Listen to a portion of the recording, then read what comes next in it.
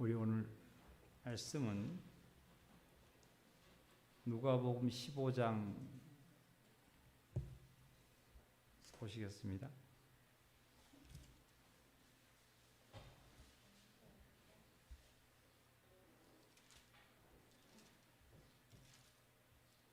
누가복음 15장 17절부터 20절까지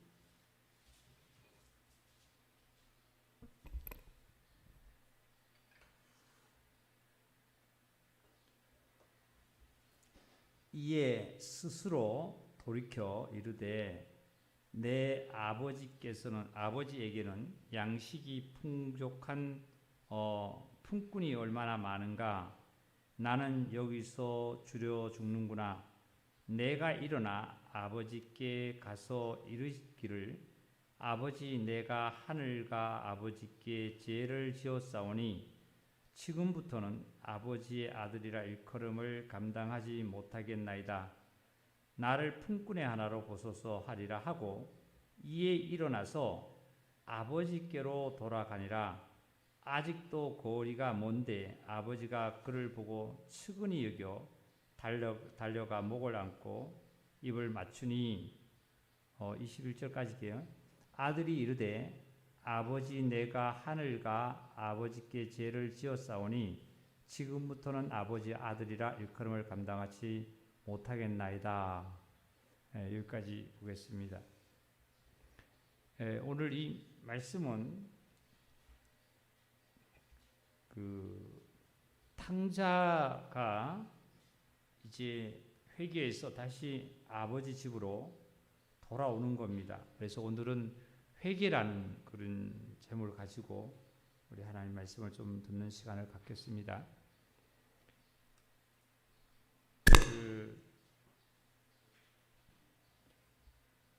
가룟 유다와 그리고 베드로가 죄를 범했지요. 죄 중에 보면은 이제 가룟 유다는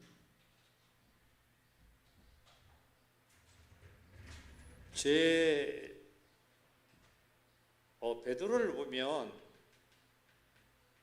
베드로는 어떤 예수님을 뭐 했냐면 부인했어요. 부인은 몇 번 했냐면 예수님을 3번 부인했잖아요. 근데 가룟 유다는 뭐 했죠? 가룟 유다는 예수님을 팔았지요. 네, 팔았습니다. 예수님을 팔았는데 오늘 얼마에 팔았을까요? 우리 성경 찾아보겠습니다. 마태복음인가요? 마태복음에 누가복음 거기 접으시고 마태복음 27장 보시겠습니다.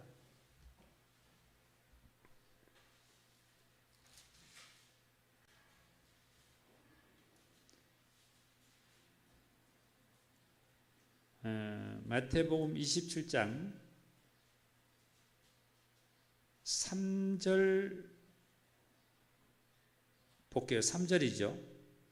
그때에 예수를 판 유다가 그의 정죄됨을 보고 스스로 뉘우쳐 그 은 30을 대제사장들과 장로들에게 도로 갖다 주며, 그리고 나서 이 가룟 유다가 어떻게 했냐면은 이르되 내가 무죄한 피를 팔고 죄를 범하였도다 하니 그들이 이르되 그것이 우리에게 무슨 상관이냐, 내가 당하라 하거늘 유다가 오늘 성소에 던져놓고 물러가서 스스로 목매어 죽은지라. 그러니까 유다는 은 30에 팔았어요. 은 30에 예수님을 팔았습니다. 팔고 여기는 유다는 예수님을 판 죄고 베드로는 예수님을 부인한 죄입니다. 그죠? 은 30 팔았어요. 그러면 이 죄가 예수님을 판 죄가 더 커요? 아니면은 예수님을 부인한 죄가 더 클까요? 예수님 판 죄가 더 클 것 같아요. 그런데 우리가 인간이 생각하기에는 예수님이 판 죄가 더 크다고 생각합니다. 그런데 사실은 유다가 결국은 예수님을 팔고 뭘 했었냐면은 판 금액을 성전고에 그 제사장 앞에 던져놓고는, 장로들 앞에 던져놓고는 자기가 가서 스스로 정죄하고 목매서 죽었어요. 결과가 그렇기 때문에 베드로보다 죄가 더 크다고 우리는 많이 생각을 할 수 있는 겁니다. 그런데 죄는 죄예요. 너희 죄가 홀이라도 머리털만큼이라도 더 다 깎기 전에는 결단코 거기서 못 나온다는 말씀대로 이 부인이라는 죄는 죄가 가벼울 것 같지만은 굉장히 무거운 죄입니다. 부인도. 예수님께서 말씀하시기를 이런 말씀을 하셨죠. 누구든지 사람 앞에서 나를 시인하면 나도 너를 아버지 앞에 시인을 하고, 너가 나를 사람 앞에서 부인을 한다라면 나도 너희를 부인한다는 거예요. 그리고 또 하신 말씀이 누구든지 인자를 거역하면 사하심을 받지만 성령을 거역하면 사하심을 받지 못한다는 말씀까지 하셨어요. 그러면 베드로가 예수님을 부인을 했습니다. 그러면 예수님을 부인하면 예수님도 하나님 아버지께 부인을 하시겠죠.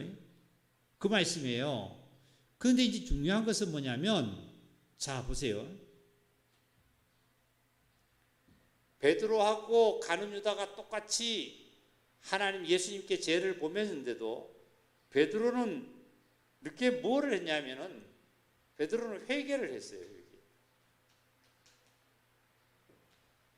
가룟 유다는 회개를 하지 않았어요. 스스로 뉘우치고 난 다음에 돈을 제사장과 장로들 앞에 던지고 가서 목매서 죽어버렸어요. 자기 몸과 모든 것들이 자기 거로 생각했지만 자기가 그렇게 죽었습니다. 둘 다 예수님의 제자예요. 자 보세요. 이 판죄가 어떻게 됐냐 보세요. 이 판죄를 구약 성경으로 돌아가서 우리가 말씀을 보면은 요셉을 형들이 팔았어요. 미디안 상인들한테 팔았잖아요. 누가 팔자 그랬냐면 형들이 죽이자고 하니까 죽일 필요까지 뭐 있냐, 피 흘리까지 뭐 있겠냐 하고 죽이지 말고 팔자 한 형 중에 하나가 유다입니다. 유다. 예수님께서 육신으로 태어난 그 줄기에 유다가 팔지 말자 그랬어요. 참 죽이지 말자 그랬어요. 그래서 팔자 그랬습니다. 그래서 미디안 상인들이 마침 지나가는 길에 요셉을 팔았잖아요. 이 판죄도 예수님을 팔아서 가는 유다가 만일에 이게 하나님의 물론 섭리 속에 있는 거지만 만약에 팔았어도 인자를 거역했다 팔았다 할지라도 가룟 유다가 만약에 회개를 했다라면 어떻게 될까요? 자, 회개 가볼까요? 이 베드로가 회개를 어떻게 했냐면 성경에 보니까 닭이 3번 울고 나니까 예수님께서 하신 말씀이 생각이 나서 바깥에 나와서 통곡을 했다 그래서 심히 통곡했다 그랬습니다. 그리고 나서 그 통곡하는 것으로 끝났다라면 이 베드로가 무슨 큰 회개냐 우리가 생각하실 수 있겠어요. 그런데 이 베드로가 통곡을 한 후에 예수님께서 평소에 말씀하셨던 대로 예수님이 무덤에 시체가 무덤에 들어가 있는 이 무덤을 향해서 베드로는 달려갔었고, 그리고 제자들과 함께 예수님이 모여 있으라는 곳에 예루살렘에 모여 있었던 거예요. 이게 엄청난 회개예요. 다시 말씀드리면 회개는 베드로가 나가서 그 하신 말씀이 생각이 나서 3번 부인할 거다 하는 것을 생각이 난 다음에 나가서 심히 통곡하고 끝난 것이 아니라, 여기는 가룟 유다도 예수님을 팔고 나서 늦게 뭐라 그랬냐면은 뉘우쳤다 그랬어요. 뉘우쳤다 그랬어요. 3절 보니까, 마태복음 27장 3절 보니까 정죄됨을 보고 스스로 뉘우쳐 그랬어요. 뉘우쳐 그 은사인십을 대제사장과 장로들에게 줬단 말이죠. 근데 이 가룟 유다는 뉘우친 상태에서 끝나버렸던 거예요. 그리고 자기 몸을 학대해서 자기가 죽은 거예요. 그런데 베드로는 심히 통곡을 한 다음에 정말 회개의 결과가 뭐냐 하면, 베드로는 예수님이 너 예루살렘을 떠나지 말아라, 너희들 능력을 덧입을 때까지 기다려라 하신 말씀을 그냥 말씀대로 말씀을 지켜 순종했던 거예요. 그리고 무덤에 먼저 달려갔던 여인들이 달려가서 무덤에 우리 선생님이 없다고, 시체가 없다고 얘기를 하니까 베드로가 실제로 또한 사도들이 듣고 달려고 보고 왔습니다.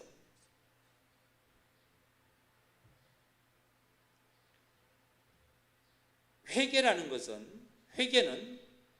내가 뉘우치고 설교를 들을 때 아니면은 말씀을 들을 때 이럴 때 나는 맞아, 나 이거 잘못됐구나, 그것이 잘못됐다 뉘우치고 그것이 끝나는 것으로 거기서 머물면 안 돼요. 어디까지 가야 돼요? 회개는 실제로 행동으로 예수님께서 말씀하신 것대로 성경이 우리에게 가르치는, 하나님이 가르치는 그 말씀대로 베드로처럼 행동을 끝까지 성령에 따라서 행하는 것이 바로 회개입니다. 회개예요. 진정한 회개가 오늘날 종교인들이 어떻게 생각하느냐 하냐면은, 내가 죄를 범했습니다, 회개합니다 하고 소리를 치면서 눈물을 흘리면서 통곡을 하면서 기도했다고 그래서 회개라고 생각합니다. 오늘 회개했다고 생각합니다. 그런데 회개를 했다라면 회개는 돌이킨다는 거 아니에요? 가던 길을 어떻게 해요? 180도로 돌아서서 하나님께로 가는 길이 바로 회개예요. 회개는 내가 그렇게 뉘우쳐서 정말 하나님께 내가 잘못을 회개가 빌었다면, 용서를 빌었다면 그 다음에 하나님께서 말씀하신 그 말씀대로 내가 생활을 하고 행동을 해낸 것이 회개입니다. 다시 말씀드리면 베드로하고 가룟 유다는 똑같은 제자랬고, 그리고 똑같은 범죄를 한 거예요. 머리털보다도 더 적은 죄까지 너희가 갚지 않으면 결단코 못 나온다 그랬는데, 베드로도 예수님을 부인한 것은 엄청난 범죄입니다. 예수님이 그랬잖아요. 너희가 나를 사람 앞에서 부인한다라면, 베드로는 누구 앞에서 부인했어요? 사람들 앞에서 부인했잖아요. 너희가 나를 사람 앞에서 너희가 나를 부인한다라면 나도 아버지께 너를 부인하겠다는 거예요. 베드로 구원 못 받은 거예요. 그럼요. 못 받아요. 그렇게 되면요. 근데 중요한 것은 뭐냐면은 베드로가 부인을 하고 나서 예수님께서 하신 말씀이 닭이 3번 우니까 생각이 난 다음에 나가서 그 말씀을 듣고 생각이 나서 기억한 것을 심히 통곡하고 난 다음에, 그 다음에 베드로는 예수님이 평소에 하신 말씀이 너희가 성령을 덧입을 때까지 거룩한 성을 떠나지 말아라, 예루살렘을 떠나지 말아라, 떠나지 않았습니다. 그리고 무덤에 가서 예수님을 찾으러 무덤에 갔는데 무덤까지 달려갔다 왔습니다. 그리고 제자들과 함께, 사도들과 함께 있을 때에 예수님께서 부활 주님이 나타나셔서 너희는 평강하라 할 때에 분명하게 그때 예수님은 계셨습니다. 베드로는 있었습니다. 그리고 베드로와 예수님의 관계를 또 가졌죠. 생선을 갖다 놓고 구워 잡수고 하는 여러 가지 관계를 가지셨죠. 그래서 베드로는 거룩한 성에서 성령님이 임재하실 때 성령님을 정말 받고 충만한 역사 속에 베드로는 정말 이제 어떻게 해요? 죽기까지, 목숨이 자기가 죽기까지 예수 그리스도를 전파하는 놀라운 축복이 있었습니다. 그게 회개예요. 내가 예배를 드릴 때 회개한다라면 베드로처럼 말씀을 들어서 참 내가 잘못했구나. 난 이런 죄를 범하면 안 되는구나. 이렇게 내가 하나님의 뜻을 잘못했구나. 하나님의 뜻에 내가 살지 못했구나 하는 것을 생각을 했다라면 그 다음에 행동으로 하나님의 말씀대로 뜻대로 그 행동으로 올바로 걸어가는 것이 회개입니다. 확실히 알아들으셨죠? 할렐루야. 이거예요. 설교와 우리들의 회개와 신앙생활은 어렵지 않습니다. 자꾸 내 편에서 생각하고 내 기준에서 생각하고 세상의 기준에 생각하고 세상의 모든 사람과 동료와의 세상의 것과의 비교를 하다 보니까 내가 어려워지고 힘들어지고 내가 어떻게 거기에 도달해 아니면 내가 어떻게 헤쳐나가 이겨나가 이렇게 생각하는데 주님 편에 서 있으면은 어려운 게 없이 주님의 말씀대로 종은 어떻게 해요? 가라 그러면 가고 오라 그러면 오면 되는 거예요. 근데 내가 자꾸 종이라는 것을 어떻게 해요?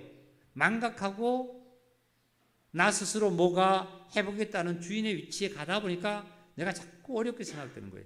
자, 그 다음에 이제 어디를 보느냐 하면 누가복음 15장 다시 본문으로 가보겠습니다.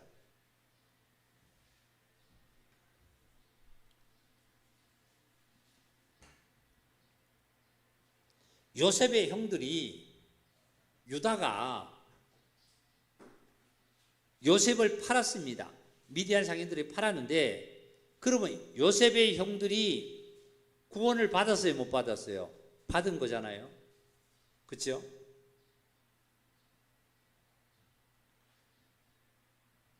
누가복음 15장을 보시면 17절입니다. 이에 스스로 돌이켜 누가요? 탕자의 둘째 아들입니다. 둘째 아들. 둘째 아들이 스스로 돌이켜서 이르되 뭐라 그러냐면 가룟 유다처럼 스스로 돌이킨 거 참 잘한 거죠. 돌이켜서 이르되 내 아버지에게는 양식이 풍족한 품꾼이 얼마나 많은가 나는 여기서 줄여 주는구나. 이 둘째 아들이 어떻게 했어요? 아버지로부터 받은 분깃을 받아서 먼 나라로 여행을 갔다 그랬어요. 먼 나라로 여행 가서 그 먼 나라에 가서 그 받은 분깃을 다 탕진을 한 거예요. 호랑방탕한 거예요. 호랑방탕하고 나서 이제 먹을 것이 없어가지고 돼지가 먹는 지엽 열매를 가지고 배를 채우고자 했지만 지엽 열매조차도 없는 거예요. 먹지를 못하는 거예요. 그랬을 때 이때에 이제 그 둘째 아들이 스스로 돌이켜 이르되 아버지 집에는 양식이 얼마나 많은가 생각을 한 거예요. 그리고 나서 봅시다. 18절에 내가 일어나 아버지께로 가서 이르기를 아버지 내가 하늘과 아버지께 죄를 지었사오니 지금부터는 아버지 아들이라 일컬음을 감당하지 못하겠나이다. 나를 품꾼의 하나로 보소서 하리라 하고 그랬습니다. 자, 보세요. 여기 말씀까지 보면 지금 완전한 이 둘째 아들은 회개의 길을 걸어가지 않았어요. 이게 무슨 말씀이냐면은 오늘날 우리 성도님들도 말씀을 듣다 보면은 나 여기 잘못됐구나. 하나님의 뜻에 내가 어긋나는 삶을 살고 있구나. 온전한 하나님의 예배와 모든 것에 잘못 살고 있구나. 이걸 들으면 생각하고 그때는 생각을 합니다. 이 누가처럼요. 이 탕자처럼 생각을 하는 거예요. 아니다 말이지. 내가 왜 이렇게 살아야 되겠지? 내가 왜 하나님께 예배를 드려야겠지? 하나님께 예배를 안 드릴 수는 없고 드리기는 드리는데 왜 내가 어정쩡하게 그냥 드린다고 드리지? 하나님 이거 받지 않는 예배를 내가 왜 드려야 되지? 이거 생각을 한 다음에 이 탕자는 둘째 아들은 어떻게 했나 보면은 그렇게 지금부터 19절입니다. 지금부터 아버지의 아들의 일컬음을 감당하지 못하겠느라 이다 나를 품꾼에 하라서 보라 하리라 하고 아버지 집에 돌아가서 아버지께 이렇게 하겠다는 거죠. 우리가 얼마나 하나님께 이렇게 소원을 많이 합니까? 작정을. 말씀을 듣을 때 나 그렇게 살면 안 되겠구나. 많이 합니다. 그리고 나서 이 둘째 아들은 보겠습니다. 20절. 다 같이 20절 첫 구절만 읽겠습니다. 시작. 이에 일어나서 아버지께로 그러군요.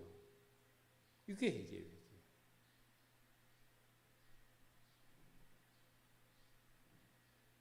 세상에서 살아가는 우리의 이 현실적인 문제도 마찬가지입니다. 내가 이런 문제가 잘못됐다 저런 문제가 잘됐다 하는 것을 우리는 사리 판단을 너무나 잘할 수 있는 분별을 갖고 있잖아요.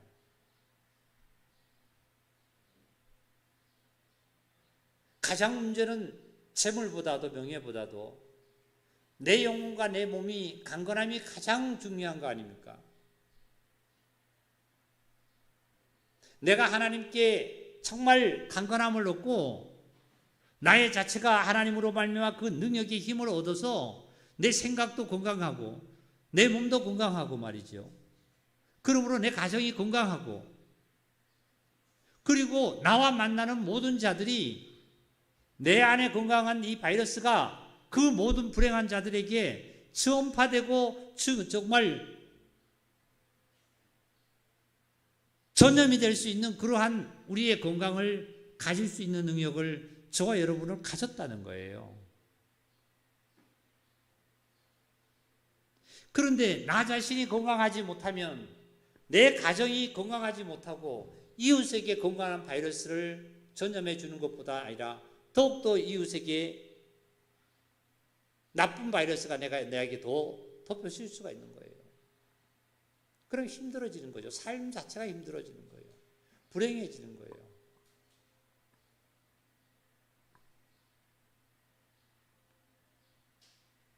이제 이 둘째 아들은 이에 일어나서 아버지께로 돌아가니라 말이지요.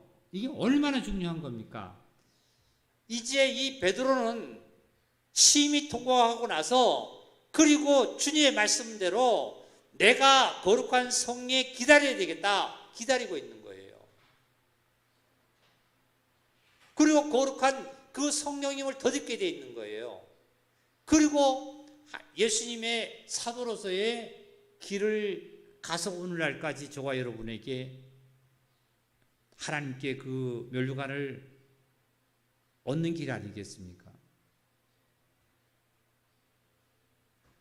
우리는 자꾸 탕자의 비유를 아버지께로 돌아왔다고만 자꾸 우리는 생각하고 좋은 쪽으로만 자꾸 생각하고 있습니다. 맞습니다. 그런데 좋은 쪽에 여기 보니까 이 둘째 아들이 보니까 스스로 돌이킨 다음에 아버지에게는 양식이 풍족한 품꾼이 얼마나 많은가 나는 여기서 줄여 죽는구나 하고 나 여기서 있으면 안 되겠구나. 나 이러한 위치와 이러한 생각과 이러한 생활을 하면 안 되겠구나. 이렇게 하나님 앞에 내가 나타나면 안 되겠구나 하는 것을 생각을 한 다음에 18절 내가 일어나서 아버지께로 가서 이르기를 아버지 내가 하늘과 아버지께 죄를 지었사오니 지금부터 아버지의 아들이라 일컬음을 감당하지 못하겠나이다. 나를 품꾼의 하나로 보소서 하리라 하고 정말 이제 그 마음 속에서부터 심령 속에서부터 뭐가 올라요? 성령의 그 동기가 들끓어 오르죠. 그것이 이제 뭐로 나타나냐면은 실제로 행동으로 표출하고 있잖아요. 일어나서 아버지 집으로 돌아가니까. 그랬더니 20절에 아직도 거리가 먼데 아버지가 그를 보고 측은히 여겨 달려가 목을 안고 입을 맞추니 아들이 이르되 아버지 내가 하늘과 아버지께 죄를 지었사오니 지금부터는 아버지의 아들이라 일컬음을 감당하지 못하겠다 하나 아버지는 어떻게 해요? 종들을 시켜서 제일 좋은 옷을 내어다가 입히고 손에 가락지를 끼우고 발에 신을 신기고 이 신발을 신기고 가락지를 끼우고 옷을 입힌 것은 이 둘째 아들이 분깃을 받아 나갔던 분깃과는 상관없는 아버지가 갖고 있던 그러한 정말 상급입니다.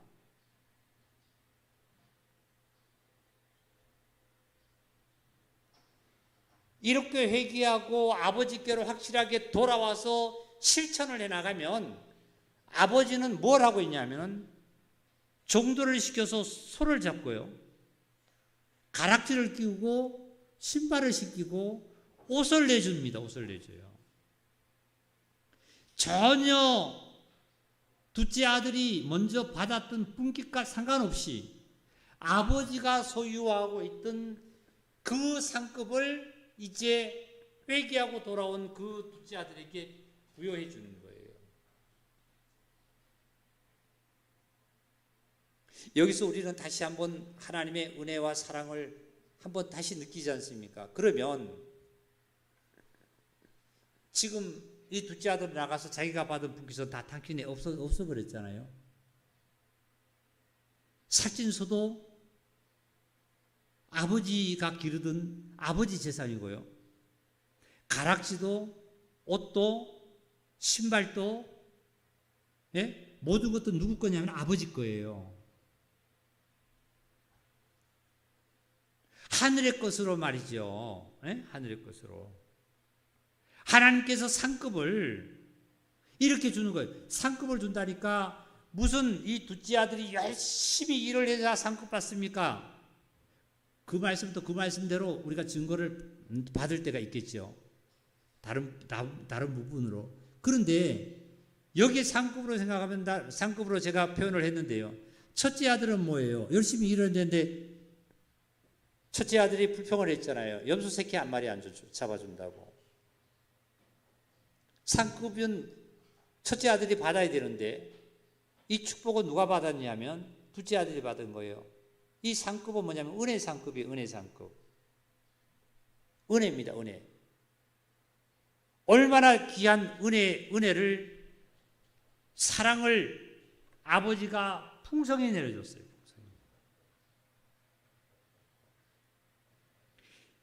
지금도 우리 가정에서 예배 드리는 우리 형제자매들도 마찬가지고, 모든 이가 형제자매들이 이 시간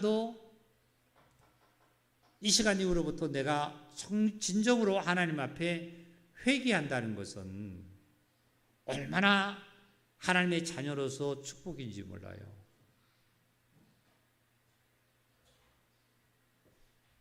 회개라 그러면 우리는 나가서 막 그게 무슨 죄를 범하고 우상을 섬기다가 돌아와서 회개한다고만 자꾸 생각하다 보니까 내가 회개한다는 것을 잊어버립니다. 내가 회개한다는 것이 없다고 생각합니다. 나는 예수 믿고 있고 나는 하나님을 부인한 적도 없고 나는 교회를 지금 예배를 잘 나오는데 하고 우리는 회개할 것이 없다고 생각할 때가 참 많습니다. 욥을 보겠습니다. 욥은 진정으로 회개할 것이, 자신이 죄를 보면서 회개할 것이 있었을까요? 어떻게 보면 아니에요. 욥이 무슨 큰 죄를 보면서, 욥이 스스로 죄를 보면서 욥이 하나님 앞에 범죄를 해서 하나님께 내가 회개해야 되겠다고 욥이 회개했나요? 아니거든요. 욥은 그러면 스스로 자기가 잘났다고 해서 그런 시련을, 고난을 겪었나요? 그것도 아니에요. 말씀을 자세히 보면은 욥기서 1장을 읽어보면 뭐라 그랬어요? 욥은 동방에 의로운 자라 그랬습니다. 그리고 자녀들이 생일날이 지나고 나면은 범죄했을까봐 한 명 한 명 데려다가 하나님께 다 그것을 제사를 드리는 이러한 욥의 삶은 엄청난 의로운 삶을 살았습니다. 그리고 그 고난을 받은 것은 욥이 스스로 하나님의 의를 절대적으로 본인 스스로만 차지하고 있다고 교만해진 이것일까요? 이것도 아니에요. 하나님께서 어느 날 욥에게 사단이 두루 땅에 돌아다니다가 와서 욥이 정말 축복받고 욥이 의로운 것을 사단이 그것이 식이 나가지고 하나님께 고했잖아요. 하나님 욥을 한번 쳐보라고 말이지. 그럼 욥이 하나님을 부인할 거다. 그래서 하나님께서 사단에게 욥을 너 한번 유인해봐라. 생명만 손을 대지 말고 너 한번 유인해봐라.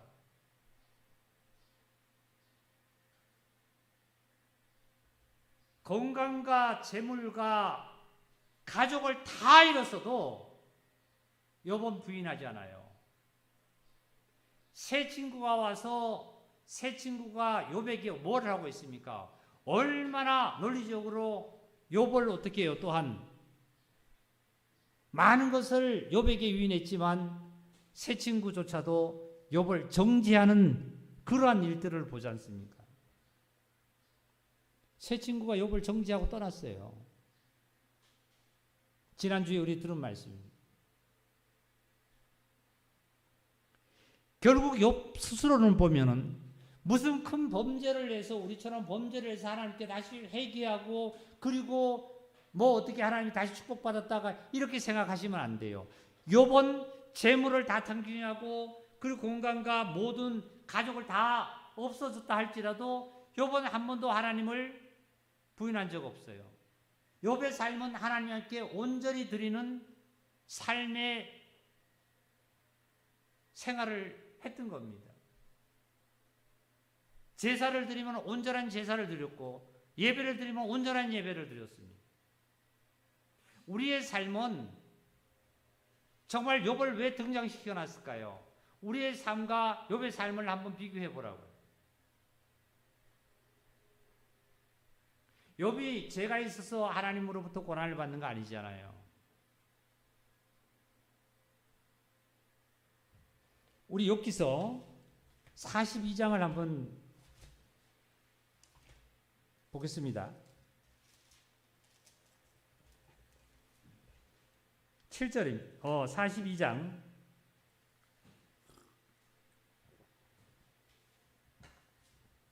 6절을 제가 읽겠습니다. 욥이 하나님께 회개를 하는 건데요. 욥이 내가 스스로 거두어 드리고 티끌과 제 가운데서 회개합니다. 이제 욥이 하나님께 여호와께 회개를 하는 거예요. 7절입니다.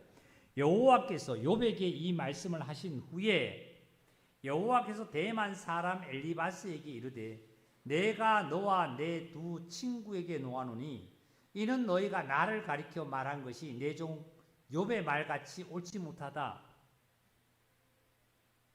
여기 보면 욥의 세 친구는 욥에게 와서 하나님의 말씀을 가지고 증거를 하는데 욥을 정죄하고 있었던 거예요. 그러니까 하나님께서는 욥의 말처럼 옳지 못했다 너네들 말은 하나님의 말씀을 똑같이 말을 하는데 보면은 말의 모든 것이 안에 들어있는 그 세 친구는 욥처럼 정직하고 욥처럼 온전한 하나님께 드리는 삶이 아니랬다는 거예요. 말은 얼마나 잘하는데요. 우리가 하나님께 아멘은 얼마나 잘합니까? 여기에 7절, 8절을 보면 8절도 보겠습니다. 그런즉 너희는 누구에게 하나님께서 말씀하신 거냐면은 욥의 세 친구에게 그런즉 너희는 수소 7과 수양 7을 가지고 내 종 욥에게 가가지고 너희를 위해서 번제를 드리라. 누구를 위해서 번제를 드리라고요? 욥을 위해서 드리는 게 아니라 너희를 위해서 드리라는 거예요. 너희를 위해서. 너희를 위해서 번제를 드리라. 내 종 욥이 너희를 위하여 기도할 것인즉 내가 그를 기쁘게 받으시리니 너희가 우매한 만큼 너희에게 갚지 아니하리라. 이는 너희가 나를 가리켜 말한 것이 내 종 욥의 말과 같이 옳지 못했다. 7절 8절을 보면 여호와 하나님께서 욥을 통해서 말씀하시기를 욥을 부를 때 내 종 네 번이나 강조합니다. 내 종이라 그래요. 내 종.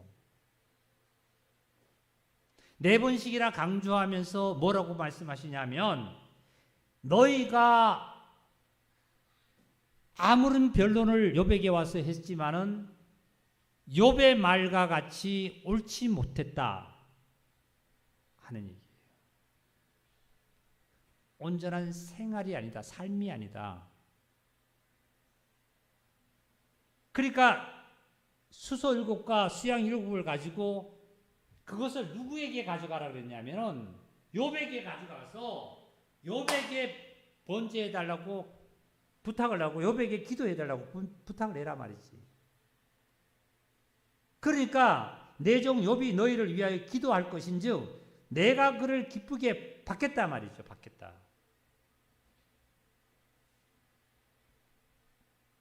여기서 이 말씀 그대로를 본다라면 어떻게 보면 욥은 뭐와 같으냐면 우리 거기를 좀 찾겠습니다. 히브리서 2장을 한번 찾아볼까요?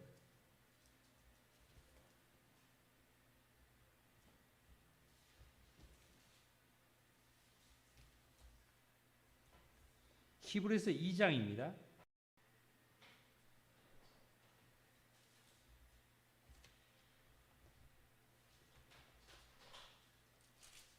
(2장) 17절 우리 17절 함께 읽겠습니다. 그러므로 그가 범사의 형제들과 같이 되심이 마땅하도다. 이는 하나님의 일이 자비하고 신실한 대제사장이 되어 백성의 죄를 속량하려 하심이라. 하나님의 일에 이는 하나님의 일에 신실하고 자비해서 신실한 대제사장이 되어서 백성들의 죄를 뭐 할 수 있다고요? 속량하려 하심이라. 지금 욥의 세 친구가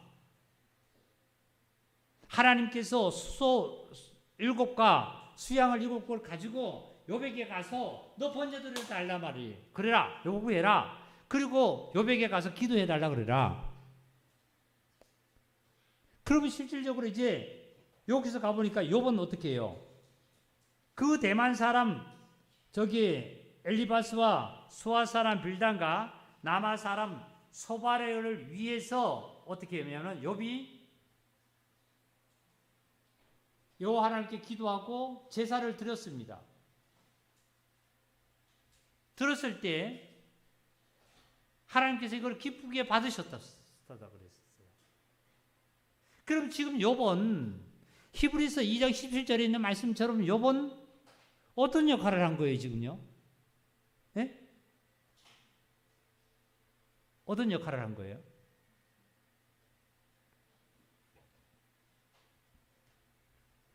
우리 형제자매님들 어떤 역할을 한 거예요? 우리 문주사에 어떤 역할을 했죠? 중보자 역할을 하신 거죠? 대제사장의 역할을 한 거 아닙니까? 사실은 욥 스스로는 무슨 범죄를 해서 하나님으로부터 그렇게 고난을 받는 거 아니랬어요. 하나님께서 욥을 믿음이 있는가 없는가를 시험하려고 욥을 신앙을 시험해 보려고 하나님께서 그 고난에 뭘 하라고 한 거 아니에요. 욥을 통해서 오늘날 저와 여러분의 신앙의 신실함을 정말 이루고자 하시는 큰 뜻이 있는 줄 믿습니다.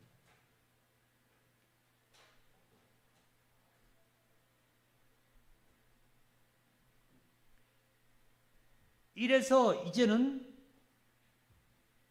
욥의 그 드리는 제사를 받아서 욥의 세 친구를 위해서 기도할 때 여호와께서 욥의 공경을 돌이키시고 여호와께서 욥에게 이전의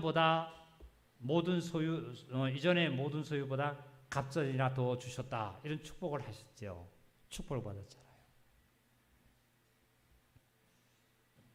이제 결론을 내릴게요.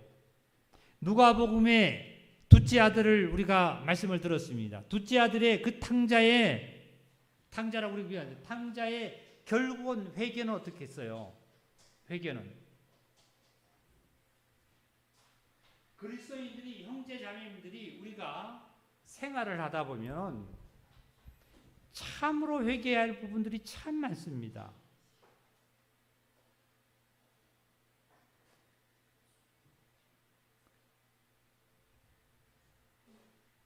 베드로도 정말 침이 통곡하고 나가서 주님의 말씀을 그것대로 실천을 해나갔을 때 성령을 더듬으시고, 그리고 뭘 하셨냐면은 사도의 직분을 수행합니다. 가룟 유다는 뉘우치고 나서 은30을 대제사장과 장로 앞에 던져놓고는 그러고 나가서 목매 죽었어요.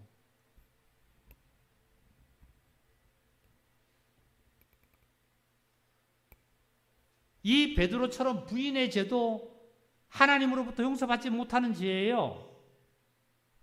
우리가 하나님으로부터 용서받지 못할 죄가 얼마나 많겠습니까? 그러나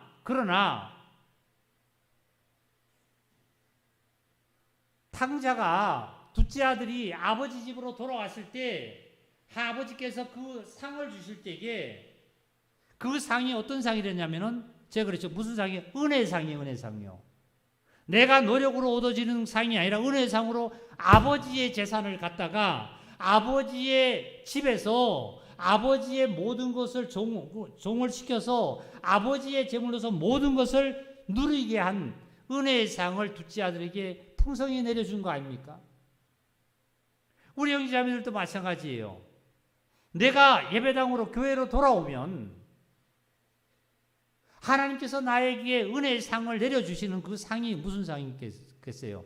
나의 분깃이 아니에요. 나의 분깃. 나의 의와 나의 잘못한 부분과 나의 잘한 부분을 가지고 아버지는 계산을 하려고 하시는 분이 아니라 아버지의 재산을 가지고 아버지의 상을 가지고 아버지의 은혜와 아버지의 사랑을 가지고 우리에게 풍성히 내려주시겠다고 약속한 거 아닙니까? 사실은 둘째 아들은 자기가 받은 재물은 단돈 1원이라도 찾아볼 수 없어요. 다 탕진해서 없어졌잖아요, 이제는요. 내 모습 이대로 주 받으옵소서. 날 위에 돌아가신 주 날 받으옵소서. 212장입니다. 212장 찬송 212장 찬송 드릴게요. 212장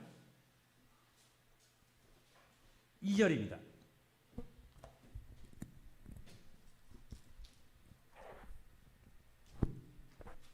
다 같이 2절부터 드리겠습니다. 큰 죄에 빠져 영죽을 날 위해 피 흘렸으니 주 영상대로 빚으사 날 받아주소서. 내 모습 이대로 주 받아주소서. 날 위에 돌아가신 주 날 받아주소서. 내 힘과 결심 약하여 늘 깨어지기 쉬우니 주 이름으로 구원해 날 받아주소서.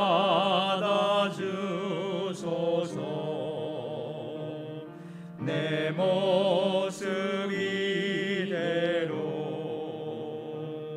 주 받아주소서.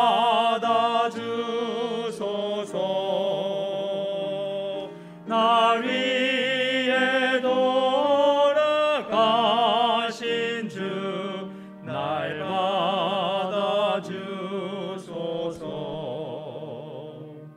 내 주님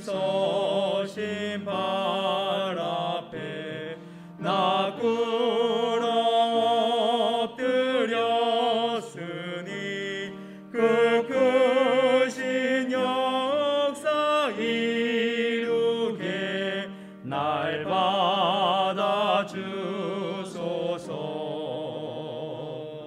내 모습 이대로 주 받아주소서. 날 위해 돌아가신 주 날 받아주소서. 기도드리고 마치겠습니다.